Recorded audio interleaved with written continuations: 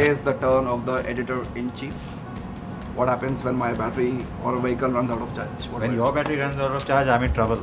So I'll talk We're about the almost vehicle. there. Yeah, about the car now. Okay, what happens?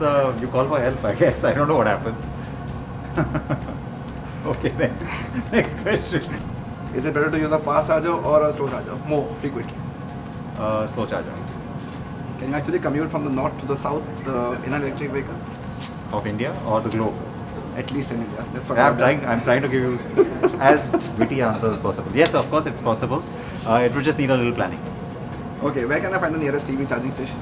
Is it simple to find out?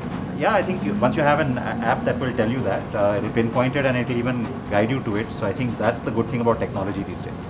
Alright, and this one last question, of course, you've written the question, so you know the questions, but which one is your favorite car, at least in the way they've been That one I have designed? not written. I think I'm very excited to see sports cars going EV. I know that's a very cliched answer because we love fast cars, but just the level of performance you see from the Taycan and the RS e-tron GT is mind-blowing. Awesome. Thank you so much.